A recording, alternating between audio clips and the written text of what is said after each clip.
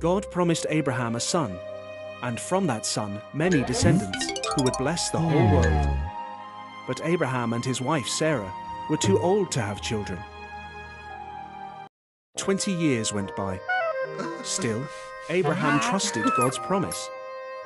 When he was 100 and Sarah was 90, God reminded them of his promise. Sarah was going... When their son was born, Sarah was so joyful that she laughed. "God has brought me laughter," she said. So they named their son Isaac, which means he laughs. When Isaac was a boy, God tested Abraham by telling him to take Isaac to Mount Moriah and kill him as a sacrifice to God. Abraham was confused. Isaac carried the wood, and Abraham held the knife and flaming torch. Together they climbed the mountain. "Where is the lamb for the sacrifice?" asked Isaac. "God will provide it," Abraham replied. Abraham arranged the wood on an altar, tied up Isaac, and laid him on the wood. As he raised the knife to kill Isaac, an angel called his name. "Abraham!"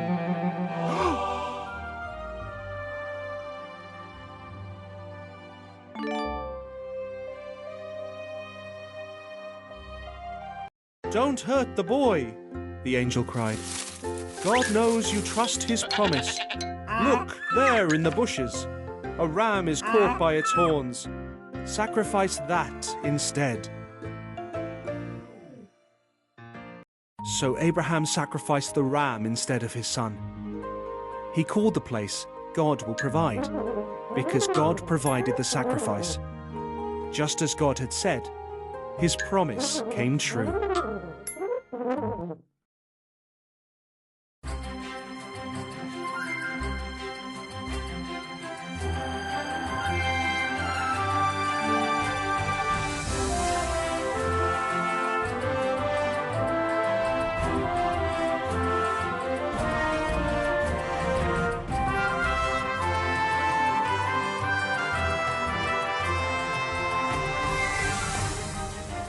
The Dreamer.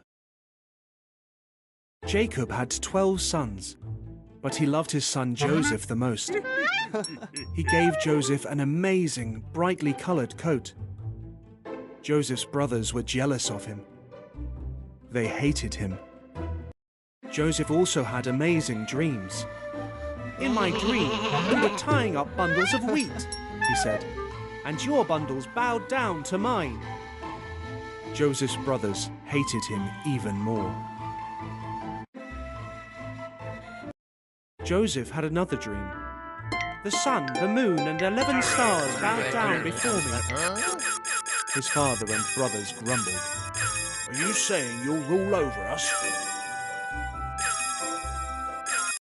One day, Joseph's brothers were in the fields watching their sheep. They saw him coming to see them. They planned to kill him. "It would be wrong to kill our brother," said Reuben. "Let's throw him in this empty well." So they tore off Joseph's coat and threw him into the well. Ishmaelite traders came by on their way to Egypt.